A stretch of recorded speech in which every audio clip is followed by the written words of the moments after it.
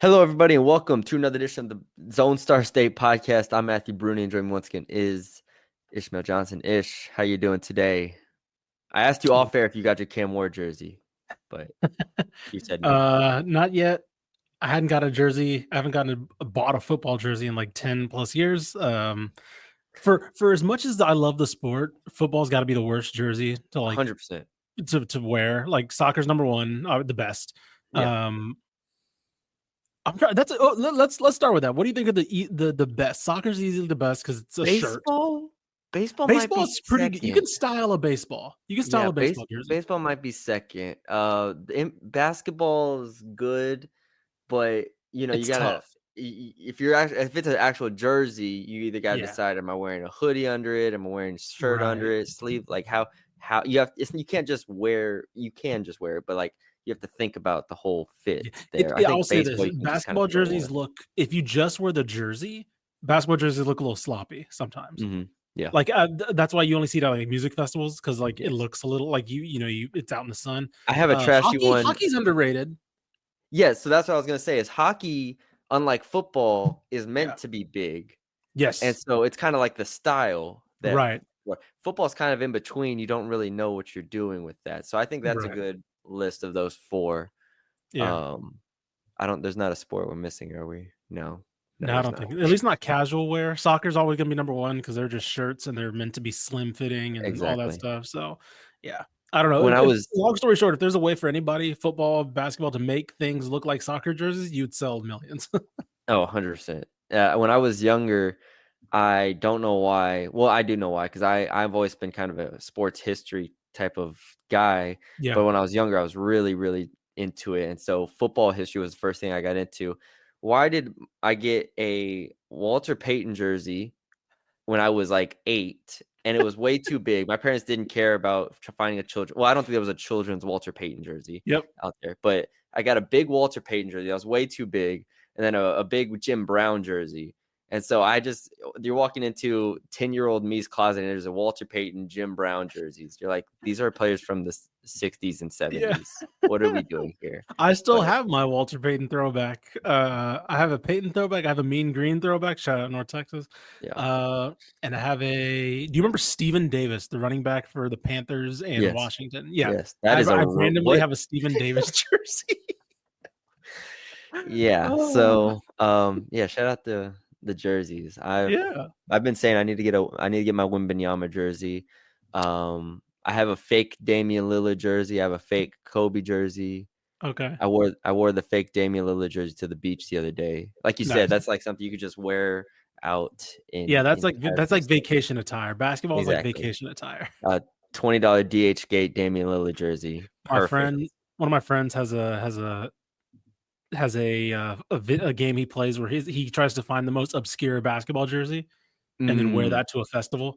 And so like that's a good one. he'll have like I think one of them he'll have like a Doug Christie jersey. Yeah. He'll have like anything like that, and that's like his thing. Is anytime he goes to a festival, he I tries to have put on an obscure the jersey. real ones I have a real Russell Westbrook jersey I bought like in Okay, 2017, I think yeah, after the MVP season. I love that. I need to get a real Steph Curry jersey before he nice, retires yeah, for sure. But yeah, and then a Wembanyama jersey. So I need to add to the collection yep, there. It's just hard because like we said, it's not like a lot of specific times you're wearing a jersey out. So right. A lot of I have it's like gonna be just hanging up. exactly. All right. Off-season podcast, transfer Yep. portal.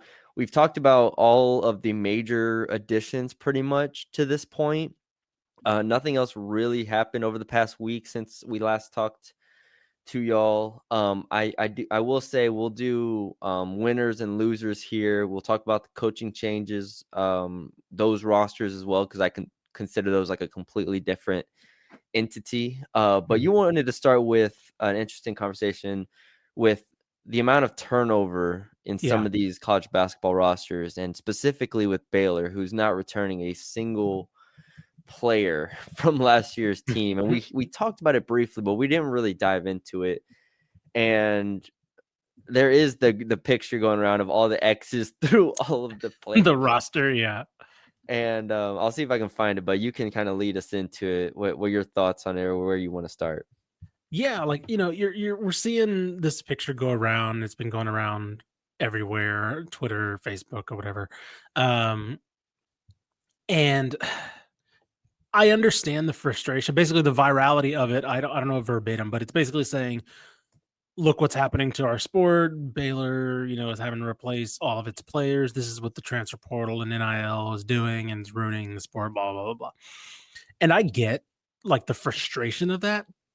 The problem is when this is not a usual thing, right? Like, this isn't something that's happening to every single team out there. It's one Mm-hmm. team. Also, let's not act like all these guys left like probably on their own accord. uh it would Yeah. not shock me if Scott Drew and the team was like, hey, some of you guys, we need to upgrade, right? Yes. Also, not including VJ Edgecombe is going pro, right? Like, so it's not all transfer portal. The only, and I legitimately mean this, the only one that you could chalk up as a loss is Rob Wright. Rob Wright got an offer from somewhere else that was more than what Baylor was willing to pay, probably, and went to BYU, right? That is the one where you could say somebody probably likely tampered with him during the season and Yes. said, hey, we got a bag waiting for you in Provo. Come get it. You look at where everybody else went. Langston Love, I found the picture. Georgetown, right? Yeah, there's the viral image, right? It's like, oh, this is a travesty of the sport. Langston Love, Xavier. There was Georgetown. Sorry, Georgetown. Yeah. Jason Asamoah, Boston College. Jalen Celestine, Cincinnati. These guys aren't going to Alabama. These guys aren't going to Kentucky. You look at one, Rob Wright, and you can say BYU is not as good of a program, but he got an offer that was Yes. bigger than Baylor. All these guys didn't leave on their own accord, is what I'm saying. It was either VJ Edgecombe going pro, or, hey, guess what? Scott Drew and the coaching staff looking around and saying, you know what? You know what happened last year? We weren't very good. Yep. And we weren't as good as we thought we needed to be. Because you know what Baylor's done since then? They've upgraded almost every single one of these guys.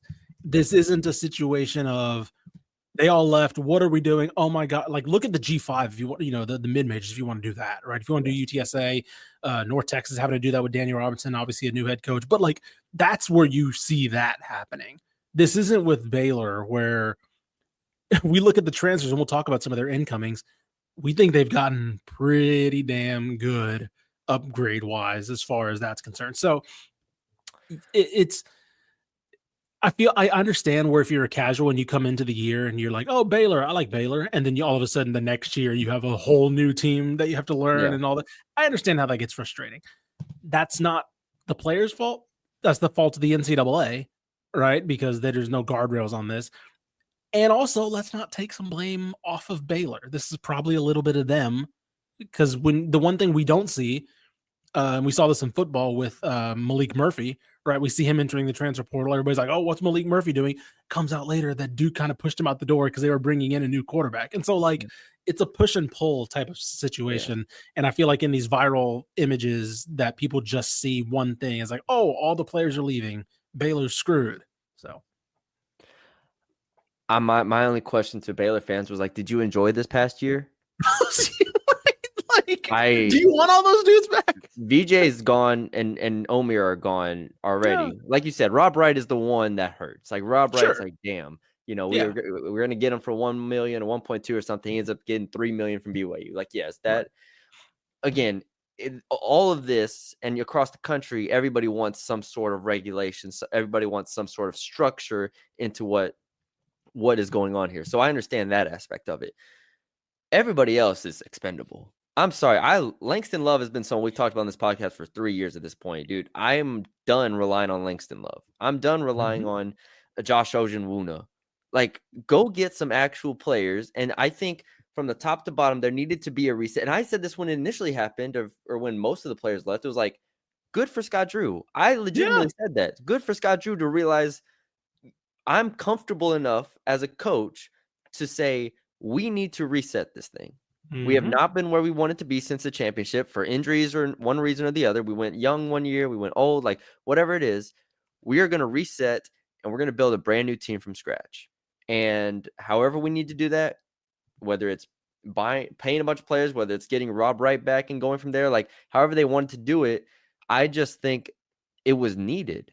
And I don't think it's not like this is a Baylor team that was a 3 seed in the NCAA tournament and on the cusp of like a Sweet 16 or something. Like Right. they were a 9 seed, and they sure Jalen you won your Celestine first shot game. 38% from the floor. Look, to your point, Langston Love, Jordan Celestine, 38%, 37% from the floor. Are you crying that those guys leave? They're Like, not high level contributors on a team that if you're a Baylor program and you're a Baylor fan, your expectations are to be a top 10 to 15 team every single year. Every single year. Those guys are not high level contributors on a top 10 to 15 team every year. I'm sorry, they're not. Josh Ojuna was not. Like you couldn't defend last year. You couldn't defend the last 2 years. nope. All right, now they went and got, just off the top of my head, Dan Skillings can defend from Cincinnati. They went and I was got about to say, if you're mad about a trade of Skillings for Celestine, are you kidding me? Or you know what? Whoever went to Cincinnati, like you'll take that High trade. Point, the defensive player of the year from High Point Conference. Like I'm just off the top of my head, I don't even have it in front of me, but like you're going to get players that maybe it's an even trade-off in the hindsight, but I think you just need a reset of some sort. And I think that's the big thing here is they've tried to make it work with this core of not even like core of like multiple players, but like this core of like older players like a Love, Ojinwuna, Celestine or whatever. No, dude, just go reset this thing. There's no need to continue to do it. Like in the NBA, it would be trading off your older players and resetting and tanking. Like the good thing in college basketball, there's no tanking. Like you're just getting right back to it, and Baylor will be once again a very good team next year. And I think they're going to have a much higher upside as a result. And you're also adding 5-star freshman, Yesufu, Tonde Yesufu, who's going to come in. So you're going to have talent. Everybody just take a deep breath and realize that, like you said, it's not all because of the players. A lot of it is because of the coaches. And yeah, you lost one player, Rob Wright, to a $3 million bag deal. It happens to every team in the country, pretty much. Florida just national champs just lost its player. You know, Chad Baker Mazzara from Auburn just went to USC, and he said it was because they couldn't reach a deal with Auburn. Like it happens. Yeah. But I do think it is. I think, and we'll talk more about Baylor in the offseason and all that, but I think what Baylor and Scott Drew kind of got caught in, and I'm glad you brought up them resetting, is after they won the national title, they realized that there were still some pieces here and there that were worth, Jonathan Chamachachua, like, LJ Cryer, right? There were still some pieces that were there that could elevate them with the right moves around them. So they made these one-off moves while keeping the structure, right? So like a Kinjo, Dennis, Ray J Dennis, right? Last year. But what happened was because they were holding on to a lot of those guys, it wasn't giving the hard reset that they probably needed. Right. Yep. And last year they tried with Jeremy Roach. And was like, let's bring in Roach and we'll just see what we can do. And finally it was like, you know what? It's all done. All of it's done. Let's just start from scratch. Let's embrace the portal era. Everybody else is doing it. Florida just won a national title within 2 years of Todd Golden. Like, let's just figure this thing out from scratch. And yeah, you're going to see these type of things, and it's not going to be it's not a bad thing. Scott Drew's not crying. Scott Drew ain't crying that he lost his whole team because he got probably a better one. So, yeah. And I will say, just have some faith in Scott Drew. If Scott Drew is the coach that you and we all think he is, have some faith in Scott Drew. It is going to be fine. And if you're saying it's a problem for the bigger college basketball picture, yeah, I agree. I agree. It is a problem in the big picture, but it's not getting solved right now, and it's not getting solved probably in the next 2-3 years. But we'll cross that bridge whenever it comes to it. At this moment, I think they did the right thing. I think they did the right thing, and they have a really good class, which we talked about last podcast. I don't have it written down to talk about them on this podcast, but they have a very good class coming in that we'll talk about in the coming weeks. Yep. Okay. Before we get to winners and losers, I want to talk about some of the rosters of the coaching changes, the teams that had coaching changes, because I couldn't, and I think most of them are like quote unquote like losers, but I think it's kind of just a product of having a coaching change, right? Like you're going to lose a lot of players when that happens and so on. So I think like North Texas, is an obvious, like, you lost everybody. Right. You've just lost everybody. And the players that are coming in a lot of them are from Cleveland State. I'm not going to sit here and say that I've watched a bunch of Cleveland State film or anything like that. I've looked up Right. their stats. I've looked up, like, where they've been and so on. So I know of them, Mm-hmm. but it's going to be hard to take that step up, like with a full team of Cleveland State that was good last year, but wasn't like a world beater by any means. So, like, Right. again, I'm not calling them a loser. It is just the situation where Texas is in is that you might have to take a lump for a year where it's a real reset and a real turnaround of a roster where, look, we just got to get players in here. We'll Mm-hmm. get some Cleveland State guys in, and then we'll go from there. So I'm not sure. And North Texas, as we know, like, is not in here pumping in NIL at a high rate. Right. That they're not going to be competing with Memphis and so on, like those teams. So it's going to take some time to rebuild. You can't rebuild the same way that like high major programs do. So Right. I did want to just give that preface out there before we continue. I will say we can talk a little bit more in depth about Texas men's basketball's Mm-hmm. class, because they did just add Simeon Wilcher from St. John's, who is I think that's a substantial transfer for them to add on the perimeter. So with Texas class now, I think Sean Miller has the foundation to be competitive in Mm-hmm. the SEC. Do I know if it's a tournament team? I don't know. But I do think they, with Wilcher, with Dalen Swain, I think those two are good enough to give them enough scoring at like the 3 and 4, at the 2 and 3 spots, to where, okay, you had them and you have Tremont Mark back at the Mm-hmm. 2, presumably. That's a good core of like 2 through 4, or two threes, whatever, on the wing. That's Right. going to Right. give them a scoring punch. So I like that for Texas. No one else really stands out in their class. Like we've talked about it. The Matas kid from FAU was a really high rated player in the transfer Mm. portal on 3. Lucina Traore from Yeah, Xavier. Lassine They did Traore get from they did get Xavier. bigger. I will say this. I think they're going Yeah, to defend a lot better because they got a lot bigger. Kendall Weaver's also coming back, so that might be one of their better perimeter defenders. Um, like you mentioned, Traore and the Matas kid from FAU. That's going to give them a lot of size, whether they play together or they alternate, whatever. That's going to make them a better defensive team. I do think in the vacuum of, yeah, like you mentioned with North Texas, like if you have a new coach, you lose your whole team and you have to get a new team, basically. I do think Texas would count as a portal winner to me because I think that they're building a competitive team that is going to have an identity, right? They're going to defend really, really well. I think they're going to score enough to be competitive in the SEC. You look at just look at their. I think they also retained. You mentioned Tremont Mark as well. Like they retained enough, right? Like they retained enough to be to where this isn't a complete 100% reset. I believe there's also he didn't play much last year, but there's some rumors that Malik Presley's coming back. So like just guys that have been around the team, like coming back, that's a big thing. And I think the additions that Sean Miller's made with selective, guys from Xavier, but then also just around the country as well.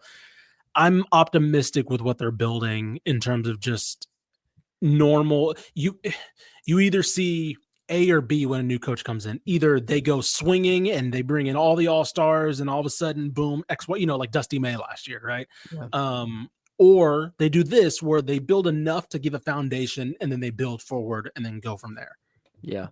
I did like the point you made about them getting bigger. They feel legitimately like big with Yeah, Matas and Traore, and then even Swain and Camden Hade from yeah, from Purdue, yeah. Hade. Oh, Uh, sorry, yeah, from Purdue. yeah, yeah, Yeah, from Purdue, both yeah. 6'7" as well. So yeah, them. I saw John Clark, their only freshman signee. Mm-hmm. I saw him in person a year ago, and I was impressed with him. He's a top 60 player in the class. I think at 6'9", he has real skill as like a 4-man who can face up and do a lot of things. So I like that addition as well. But yeah, so I think it's fair to put them in the winners category. Like if we're pushing them to a side. Yeah. Um, because I do think, like you said, they do set a foundation here, and I think they should be like solid defensively with this team. And then Mark and Wiltshire will do a lot of the scoring at the guard spots. Right. Texas A&M, I think, is in not as good of a position. We talked last podcast about Mackenzie Mbako Yeah. from Indiana being their big transfer addition. They did add Duke Miles, who was combo guard from Oklahoma. That's a good gift for them as well, and they're going to continue to add players here.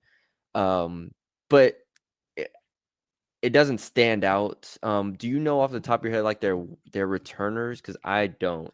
I I do haven't not. I seen any. mean, from what I remember, this was always going to be a hard reset kind of a Yeah, year. But yeah, off the top of my head, I don't know. Let me Taylor's. see. I mean, Go ahead. no, I was just gonna read off name. I know we know Taylor's gone, Phelps gone, Payne Yeah, gone, Coleman gone, Wiltshire's gone, Garcia's gone, I I think think. Solomon Washington transferred. So it's a pretty. I It's a assume, hard reset. Yeah, yeah, it's a hard reset here. And so, Pharrell Payne's gone. like, are they gonna have the talent of last year's team? No. Yeah, But Miles and Mbako are a good, like, similar to Texas, like a good starting point here. yeah. And I don't. And then if I'm being honest, I don't know with the brand of ball that we know McMillan wants to play. I don't know if he would have been able to retain a lot of the guys because like yeah, that's such a 180 from what yeah, Buzz Williams was doing. yeah. He's going to be bringing tempo and a lot of fast, like, so I don't think that I with that context, I don't know if he could have probably brought like Pharrell Payne back. Yeah. Yeah, so it's going to be interesting. They have two signees from the high school class, but this is definitely a group that we're going to have to see how it all, like, I need to see the full roster and I need to Yeah. see exactly how it plays out. But it's the hard part for Texas and A&M is they're in the SEC, and Hmm. it's not forgiving when you're having to reset a year. Even if you're still a good team, we saw Oklahoma last year be a top 50 team, and they, won 5 games in conference, something like that. So it's not forgiving, and that's the hard part about these coaching changes is you got to be able to pump in some money to go get a team quickly, because if not, you're going to find yourself at the bottom of the SEC. Yeah. The last one I wanted to touch on real quick was SMU women's basketball with Barnes coming in. We talked about it briefly last podcast. Kyla Deck from North Texas transferred over there, and I think that is an awesome get for her. And then Yeah. Tice Skinner from Arizona State, who averaged 17 a game at Arizona State, also went over this. So I think if those are two starters in your backcourt, I Yeah. feel really good about SMU immediately being more competitive than when they were last year with those two. Oh yeah. Oh yeah. Now, I think that's all I had in terms of the coaching changes. You want to jump to an ad read, and then we can get to the portal winners and losers? Let's do it. So we got a new sponsor, Ballogy. Appreciate the people at Ballogy for showing some love in us. That was kind of a unexpected news bit for us in our brief hiatus that we got a new sponsor. So let me tell you a little bit about our friends at Ballogy. Ballogy is built for coaches like you. It gives real data on player development, saves you time, and ensures your players are training the right way. With verified skill assessments, AI-driven training, and direct recruiting connections, it levels the playing field for every athlete, no matter where they're from. If you're serious about player development and accountability, why not try Ballogy? Join thousands of teams, coaches, and organizations already using Ballogy to elevate their game. Download the Ballogy app today. Bruni, you are a coach yourself. I was about to Ballogy say, is something you're always looking for information assessments and any way you can get your team right. Sounds like Ballogy could be right up your alley too. I will have a full review next podcast of how we There we use it. go. So yes, we will. We don't have a tournament this weekend. We have 2 weeks off. Thankfully, we've been everywhere, so we'll be Nice. back at it, and I will have the full review for you for Ballogy. Shout out to Ballogy. Beautiful. All right, portal winners and losers here. Okay, again, we're focused on the teams that didn't have coaching changes here. We'll start on the men's side, and I think there's two very clear winners here. Yeah. And I think that is Texas Tech and SMU. Yeah. And I will preface this by saying it's hard for smaller schools to be winners in this Sure, because it sure. is such a it is so money driven, and it is so, kind of the elitism aspect of it is very prominent here. Like, you have to have money, you have to have a stature to get some of these top guys, at least the guys that we know. Right. Like last year, North Texas team, I probably would have considered them somewhat of a winner, but like we didn't know Atten Wright was like this good. We didn't know Sure, sure. Yeah. Brennan Lorient, who's like coming off the bench at his last school at times. So a lot of the smaller schools, I don't want to discount them, but we start big because like these are the names we know and these are the names that we can kind of tangibly hold in our hand. Texas Tech, we talked about last podcast. I think not only getting JT Toppin back, but obviously adding the shooting that they were able to do to add is significant. I think this has made them one of the best teams in the country immediately, I would say. I'm trying to pull up a tracker of the entire thing so I don't miss anybody here. But, I mean, we didn't even talk about Josiah Mosley from Villanova coming over. Yeah, that was a late pick from Texas. Mr. Texas basketball senior year, went to Villanova.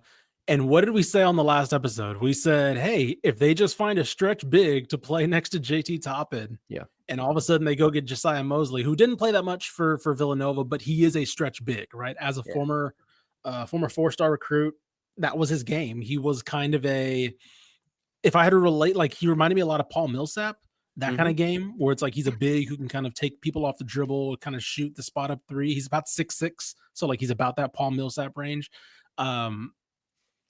That was underrated. That was an underrated pickup. You're going to look at his stats and say, okay, he didn't do much at Villanova, but again, Villanova kind of cleaned house, and so like we'll see how much was really going on well there.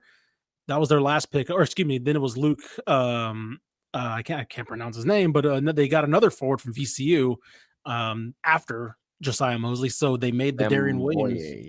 Yeah, no, it's okay.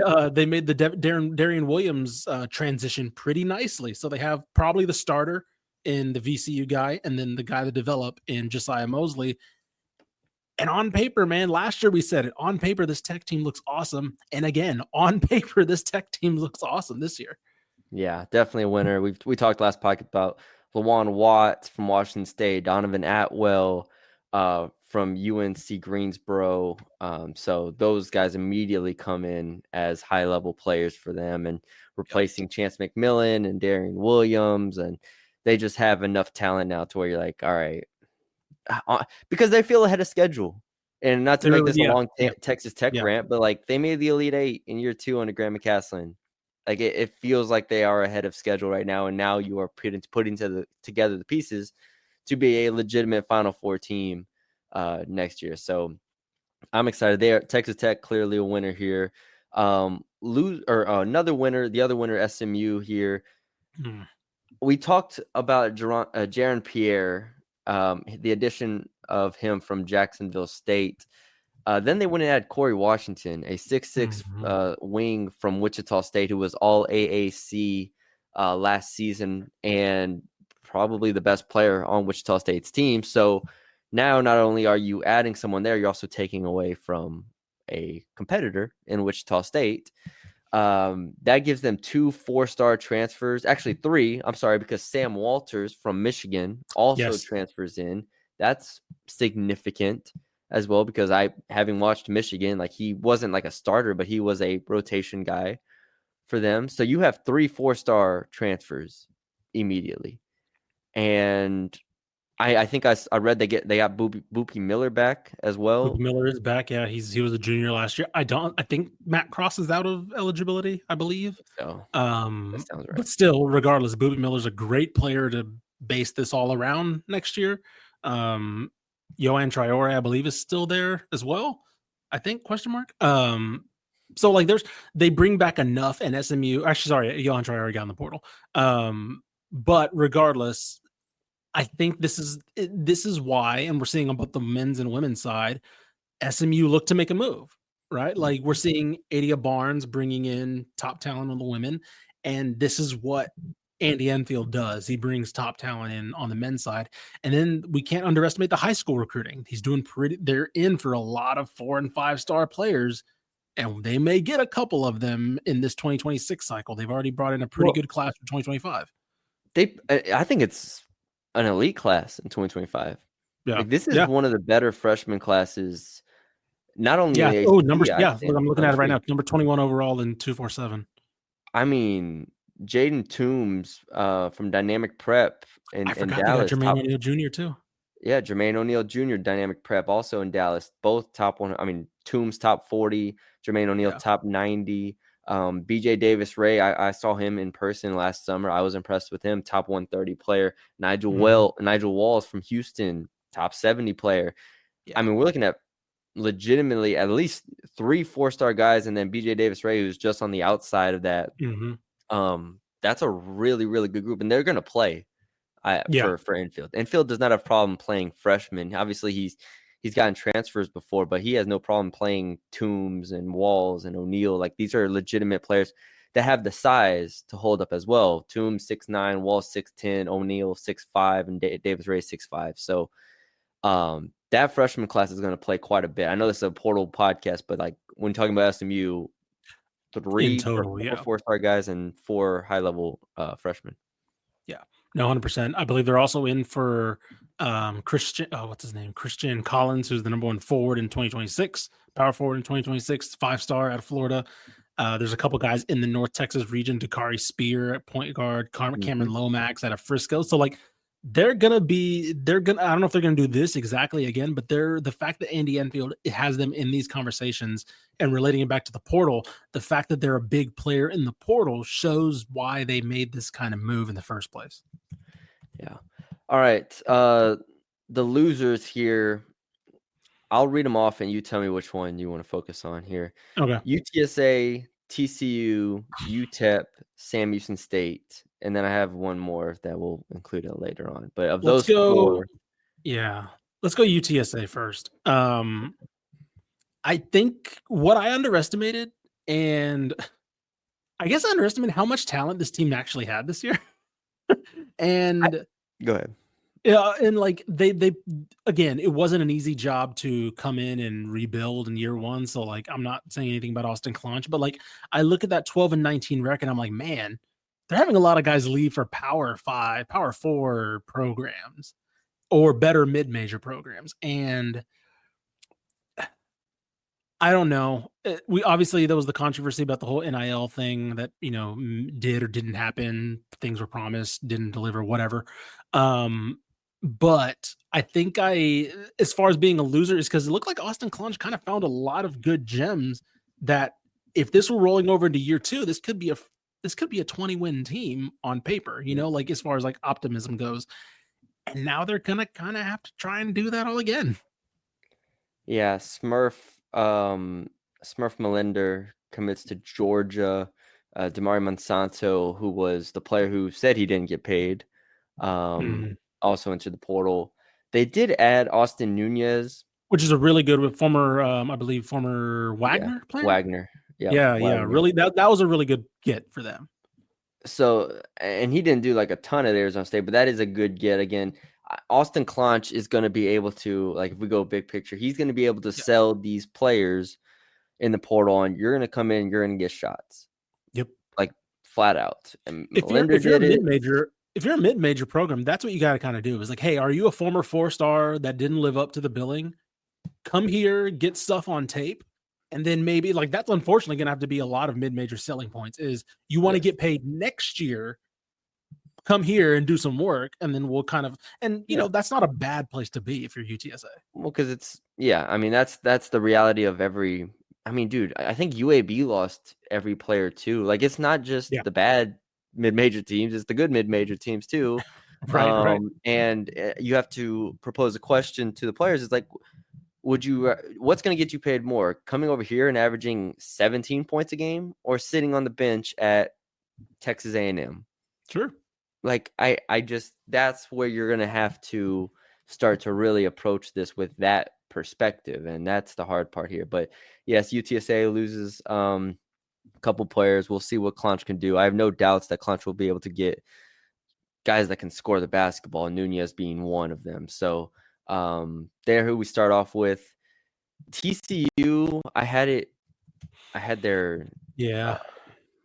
class up here earlier. I don't know where it went, Yeah, so but they've lost Frankie Frankie Collins, Ernest Collins, Uday, Isaiah Manning, and Vashawn Alette. that Alette was the big one to me, Yeah, because Alette yeah, is a legitimate player, and we knew he was a legitimate player, and he lived up to the billing, and I was hoping that he would be able to like stick around. Like, Baylor fans listening, like that's frustrating. right. Like, a guy who had as a freshman who's probably not even going to get like that much more of a bag, but like just Mhm. leaves for one reason or the other there. Like, he Yeah. should go to wherever. Like, he should be at a big time program Yeah, it here. looks like I So think y'all at On Three have a mock to Arizona State right now. that would be frustrating. Yeah, and I guess for me, Baylor, I mean, TCU definitely counts as a loser because this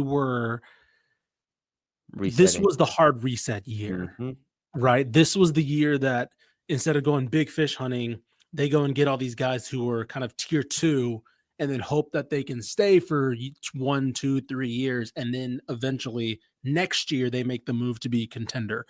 Now it's kind of another hard reset year because you mentioned it. Manning, redshirt freshman, Vassan Alette, sophomore. Who was the other? Ernest Uday, junior. Frankie Collins. Frank Collins was a senior, so that was probably his last year to kind of make something. But still, like though I just mentioned 2 underclassmen that you brought in, and you were hoping that they would roll over into the next year. So that's why I think they count as a loser for me, is because this was the plan. They were the Yeah. plan, right? And now they're gone. And they're bringing in Jaden Pierre, who's a really good player from Providence.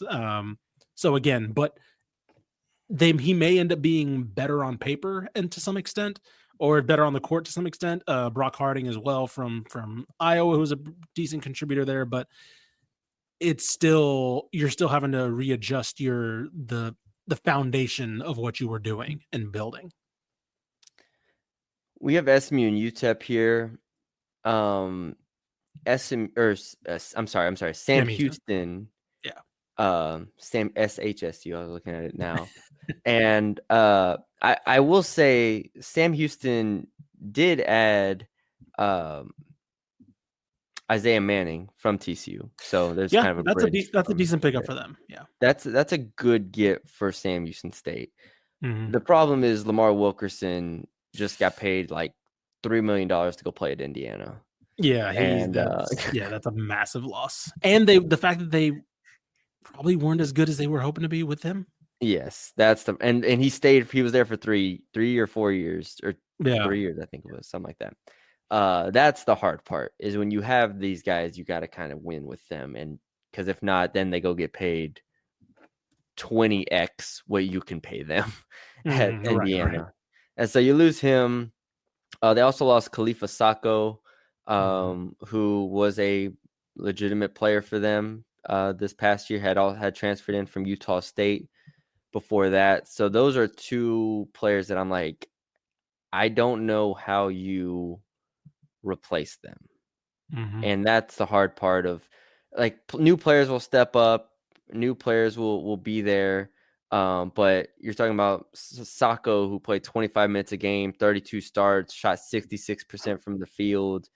I averaged 8 and 7 or whatever it was. And then Lamar Wilkerson, we all know, averaged 20 points per game and shot the lights out of the building, 44%. Isaiah Manning's a good start. I'm excited to see if they can add somebody else that can help kind of get them to the next page where they need to be. And then UTEP lost Ahmad Bynum and Devin Barnes and David Terrell. Oh, and Terrell. they also, that's actually a really underrated loser. They lost everybody. Yeah. And the thing is, like, he had changed his kind of identity last year. Like, they become more offensive oriented. And now you just reset every year, man. It's so hard. That's a brutal one to do it. Yeah. So I have no idea I'm very curious to see what they do. But yeah, that's a brutal off season for them so far. There was one debate you wanted to have though with the last team on this list. Yes, there was. Because I didn't want to call them a loser because that Yeah. felt wrong because they just made the national championship game. and, and I don't want to be brash Yeah. by any means. But Houston, if we're pushing them to a side, they're definitely not on the winning side of the portal. Now, you could argue, do they need to be on the winning side of the portal? They have a great freshman class coming in. They have returners. They have enough. But you lose Terrence Arsenault. You lose Javier Francis. Yeah, that one's weird. So like I thought he was out of eligibility. He might just be like, Yeah, interning. but I mean, if we'll count him as a loss because that is, he's regardless, he's not going to be there. And then Milos Uzan doesn't count as a transfer loss, but you Right, lost he's going him to the league, but that's pretty to the big. NBA. That's a Yeah. big loss. Yeah. So if we just say those three departures, Arsenault, Francis, and Uzan, without even doing anything else here, because Roberts is also gone. Yeah, he's out of eligibility. Out of eligibility, obviously. Yeah. All they've added to this point is Pop Isaacs. Yeah. And they thought they were in play for Shelton Henderson, who ends up going to Miami. And that would have helped things, right? Because then you probably fill that athletic wing Yes. / forward type of guy. I think you have to technically count them as a loser. It's weird because I want to count them as a loser, but I'm also like, that's still probably a top 3 team in the preseason next year, but well, sorry, Houston, you're not number 1 in the preseason poll. Yeah, I guess, But go ahead. It's tough because Arsenault goes to NC State, right? So it's not like he went to a bad program. Will Wade, threw some money around and was able to get him in.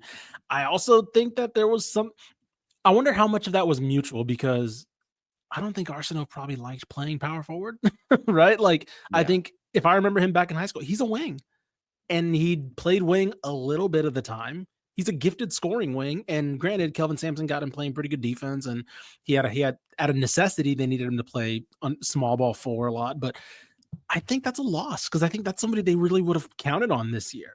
Right. Yeah. You look at that team, and every year it's just kind of like a shuffling of the deck. Like the next guys at the bottom move up, right? You look at Javier Francis, you look at Emmanuel Sharp, you look at Malik Wilson, right? Guys just slot into their spot at the next spot above.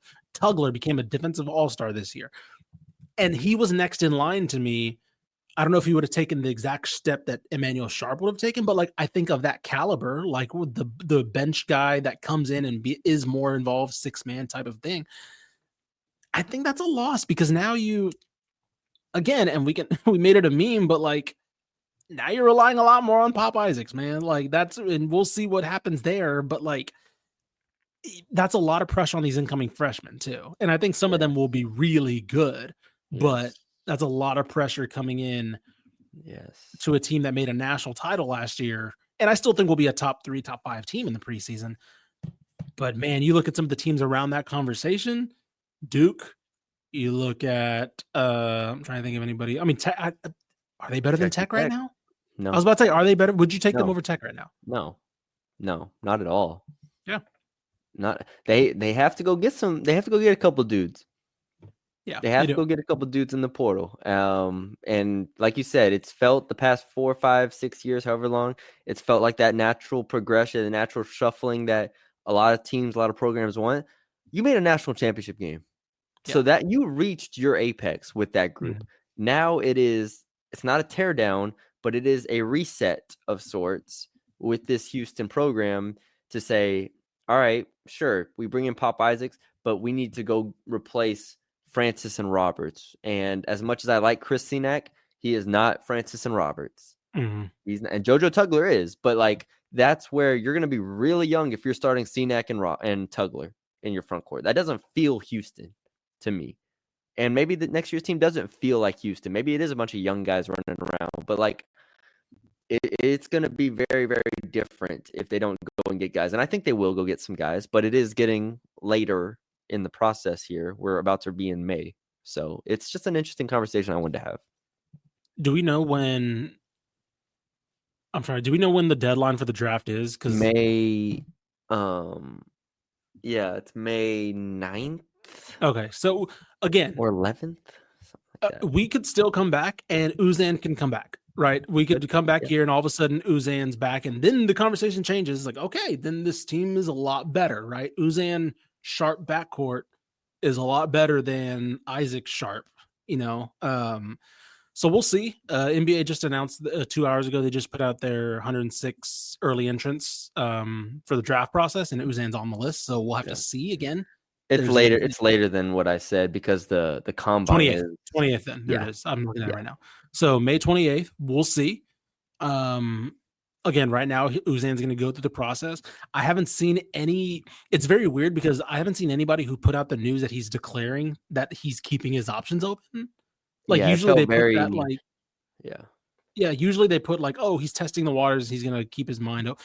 It's been pretty definitive. I still find that hard to believe that it's definitive for somebody like him who's not a guaranteed first round pick. Um, Yeah. so we'll see, but we have about a month to see, and that probably obviously impacts what they do in the portal. Oh, for sure. And that's the hard part for Houston is you sit there and kind of wait for him Right. to figure it Do they, out. do they, do they have the 4 million that PJ Haggerty's looking for to throw at? Are they just sitting on it right now? I texted you. Sean Miller should have it. Sean Miller, call somebody up. Go get PJ Haggerty, and then we're actually talking about Texas on this podcast. Yeah, I I know, would right? love Seriously. it. I would love that so Well, the problem much. is he wants to play point guard, and he's not a point guard. He's pulling an.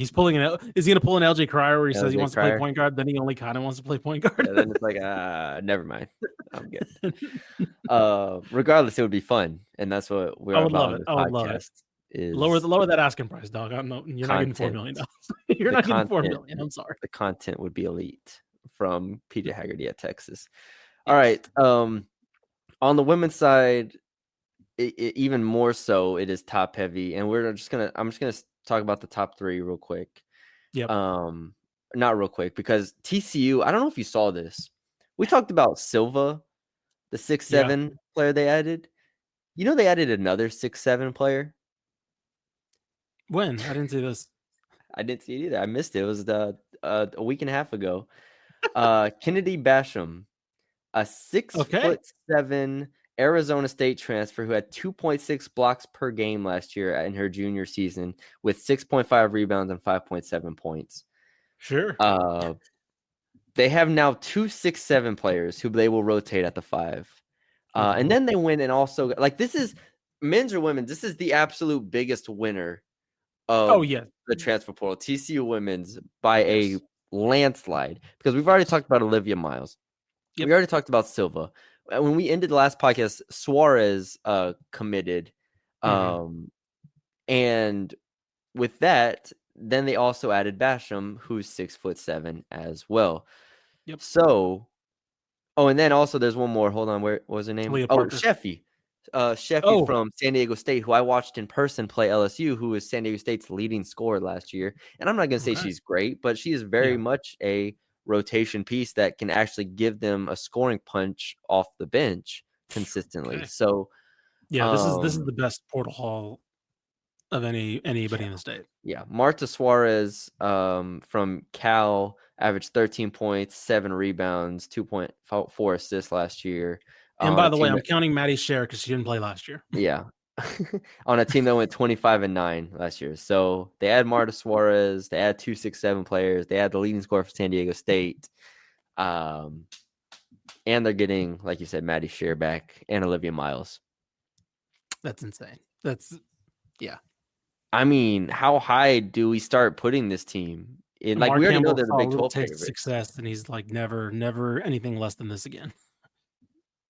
I mean, seriously, how high do we are they a top 5 team going into next year? I think they South Carolina, UConn, right? LSU.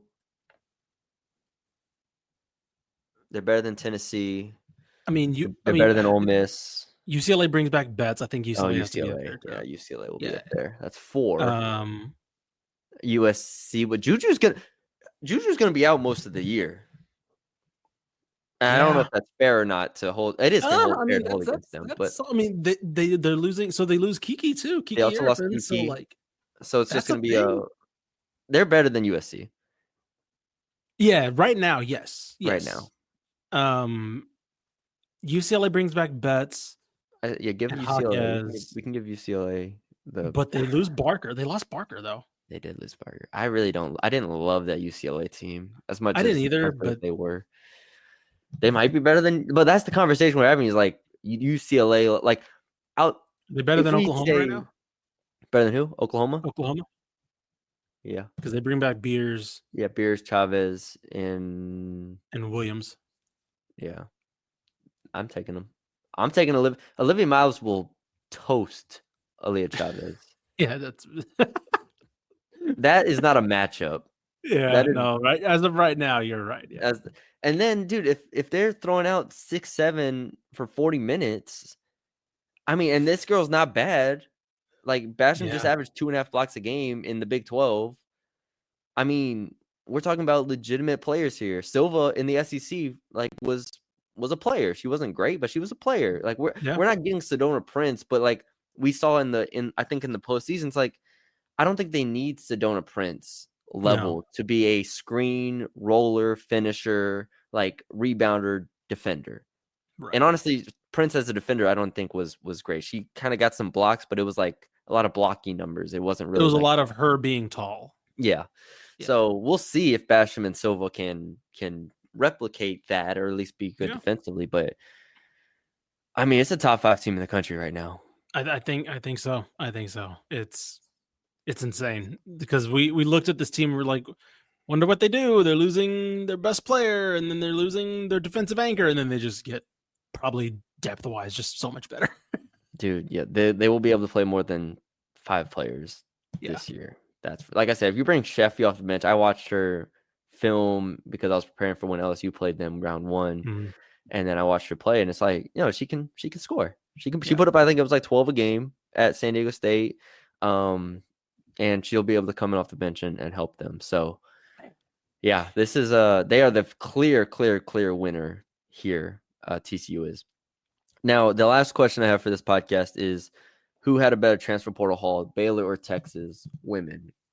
Baylor had just real quickly Talia Scott, who we talked about, Kiara Pemberton, who averaged 17 a game at North Dakota last year, Kirsten Johnson, who comes from Oklahoma, who's 6'4", kind of a defensive type player. Just reading out her Nikki Collins quote. Yuting Dang from Auburn, who can really shoot the ball at 6'2", averaged 12 points a game at Auburn last year. So that's Baylor's haul. For Texas, they added Ashton Judd, who averaged 12 at Missouri last year, who can shoot the ball. Taya Sidbury from Utah. No, I'm sorry, from Boston. Yeah, from Utah, but played at Boston College, averaged 13 a game last year and 7 boards. And then Bria Cunningham, who's was a really big addition for them at 6'4", to transfer in with 2 years of eligibility remaining there. She averaged 11 and 7 last year at Arizona. So when you compare those two, which way do you lean? And I will say Baylor needed it more than Texas. Yeah. I'd say I'm gonna say Baylor because Nikki Collins continuing to improve on where we thought her teams fell short. Yeah. Last year was Aaron Vonleh, and this year they've added just a ton more scoring. Obviously the headline of that would be Talia Scott, but like I think that Texas, like you mentioned, Texas didn't have as many holes, and I still think they filled it pretty well. But I still think that there's something to be said about the style of play, and when they need something else, I would have loved to have. Again, I'm not saying he would have changed his whole offense or whole philosophy, but I would have loved to have seen him get somebody to be a reliable outside threat in situations where they need it, right? Because as we saw with the freshmen last year, maybe that's the answer, right? Maybe they do like the freshmen and kind of what they give them Yeah. beyond the arc. But I would have liked to have seen him go to get one reliable shooter, veteran shooter. But again, are you just hoping that South Carolina losing more players, you become that much better, development wise, and you beat them this year? Maybe. Okay, cool. But I think Baylor answered a lot of questions. I don't know if there'll be, again, we're used to seeing Baylor, but I do think that this is the second offseason in a row where I've had questions about Baylor, and they've gone and fixed them in the portal. Yes. I will say for Baylor, they didn't replace Aaronette Von Lay directly, and that Right. is a concern. As much as Kirsten Johnson was a player or played at Oklahoma, she didn't play a ton. Like that is not a replacement. So they added some like scores and some wings, but they didn't really add a real post. Mm-hmm. And I thought after this year, seeing Von Lay's impact, that she was going to start to really emphasize that. Sure. Maybe they do, and They added maybe a they go lot find of wings, someone, which is interesting. but they do have a lot of wings. That is very true. So I'm not really sure because you lose Jada Walker, you lose Sarah Andrews, and I guess you just want to get bigger on the Yeah, wings. and they And added Ella Brow yesterday, I believe, literally yesterday from SMU. Decent rotation guard. She's not gonna, light the world on fire, but like you mentioned, Yuting Dang, like scoring option, freshman, young. Ella Brow was a sophomore last year, young. We'll see. I think that despite not addressing the Von Lay hole, I mean, again, maybe there's still some time. Maybe they'll go get a post.